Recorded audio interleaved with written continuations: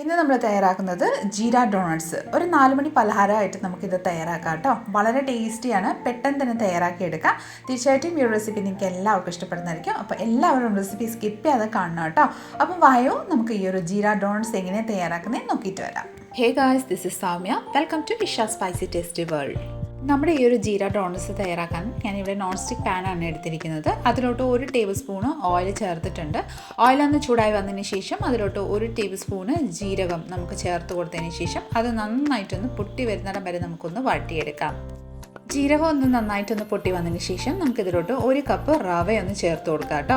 റവ നന്നായിട്ടൊന്ന് റോസ്റ്റ് ചെയ്തെടുക്കാം. ആ കളറൊന്നും ചേഞ്ച് ആവാൻ പാടില്ല. ജസ്റ്റ് നന്നായിട്ടൊന്ന് ഒരു 5 മിനിറ്റ് നന്നായിട്ട് ലോ ഫ്ലെയിമിൽ വെച്ച് നമുക്കൊന്ന് റോസ്റ്റ് ചെയ്തെടുക്കാം. റവ ഇവിടെ നന്നായിട്ടൊന്ന് റോസ്റ്റായി വന്നിട്ടുണ്ട് കേട്ടോ. ഇനി നമുക്കിതിലോട്ട് 1.5 കപ്പ് വെള്ളം ആഡ് ചെയ്ത് കൊടുക്കാം. 1 കപ്പ് റവയ്ക്ക് 1.5 കപ്പ് വെള്ളമാണ് നമ്മൾ ആഡ് ചെയ്ത് കൊടുക്കുന്നത്. വെള്ളം ആഡ് ചെയ്തതിന് ശേഷം ലോ ഫ്ലെയിമിൽ വെച്ചിട്ട് ഇത് നന്നായിട്ടൊന്ന് കുക്ക് ചെയ്തെടുക്കാം.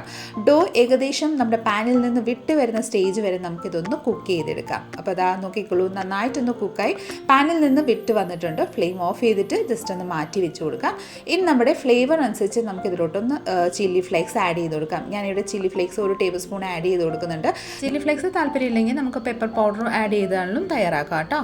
ഇനി ഇതിൽ ഗ്രീൻ ചില്ലി താല്പര്യമാണെങ്കിൽ ഗ്രീൻ ചില്ലി ആഡ് ചെയ്തോളൂ.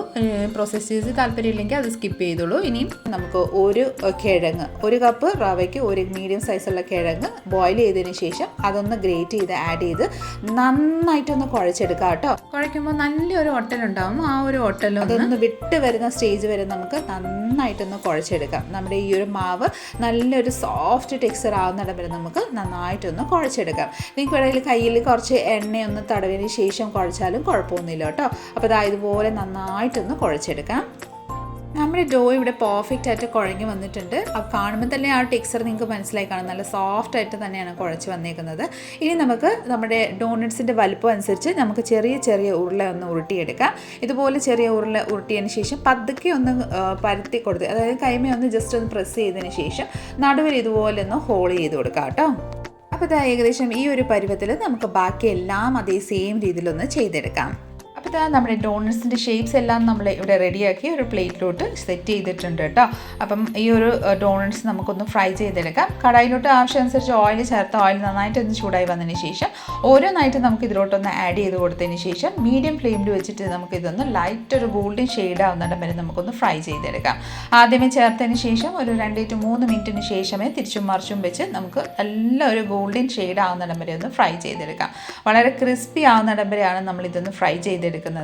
അപ്പോൾ ഇതാ ഫ്രൈ ആയതിനു ശേഷം ഞാനിവിടെ ഒരു പ്ലേറ്റിലോട്ട് ട്രാൻസ്ഫർ ചെയ്തിട്ടുണ്ടായിരുന്നു. ആ ഒരു വീഡിയോ ജസ്റ്റ് ഒന്ന് സ്കിപ്പായി പോയിട്ടുണ്ട് കേട്ടോ. അപ്പോൾ അതിന് സോറി പറയുന്നു. അപ്പോൾ ഇതാ അടിപൊളി ടേസ്റ്റി ആയിട്ടുള്ള ഒരു ഈവനിങ് സ്നാക്സ് ആണ്. നല്ല ക്രിസ്പി ആയിട്ടുള്ളൊരു, പുറമിൽ നിന്ന് നല്ല ക്രിസ്പി ആണെങ്കിൽ ഉള്ളിൽ നല്ല സോഫ്റ്റ് ആയിട്ടുള്ളൊരു ജീര ഡോണട്ട്സ് ആണ് കേട്ടോ ഇത്. തീർച്ചയായിട്ടും എല്ലാവരും ഒന്ന് ട്രൈ ചെയ്യണം. നമുക്ക് ഈ ഒരു ജീര ഡോണട്ട്സ് ടൊമാറ്റോ സോസിൻ്റെ ഒപ്പമോ അല്ലെങ്കിൽ എന്തെങ്കിലും ചട്നിയുടെ ഒപ്പമോ കഴിക്കാം, അല്ലെങ്കിൽ വെറുതെ ഇതുപോലെ ചായയുടെ ഒപ്പം കഴിക്കാൻ പറ്റിയ ഒരു അടിപൊളി ടേസ്റ്റി ആയിട്ടുള്ളൊരു ജീര ഡോണട്ട്സിൻ്റെ റെസിപ്പിയാണ് ഞാൻ നിങ്ങളുടെ മുന്നിൽ ഇന്ന് ഷെയർ ചെയ്തേക്കുന്നത്. എല്ലാവരും ഒന്ന് ട്രൈ ചെയ്ത് നോക്കിക്കോളൂ. നമ്മുടെ ഇന്നത്തെ ഒരു റെസിപ്പി നിങ്ങൾക്ക് എല്ലാവർക്കും ഇഷ്ടമായെന്ന് വിചാരിക്കുന്നു. ഇഷ്ടമായിട്ടുണ്ടെങ്കിൽ ഒന്ന് ലൈക്ക്, ഷെയർ, ഫോളോ ആൻഡ് സബ്സ്ക്രൈബും കൂടെ ചെയ്ത് നമ്മളെ മാക്സിമം ഒന്ന് സപ്പോർട്ട് ചെയ്തേക്കണേ. അടുത്ത നല്ലൊരു റെസിപ്പി കൊണ്ട് വരുന്നതിനെ പറ്റി എല്ലാവരും stay tune, be happy and keep smiling. Thank you for watching and bye bye.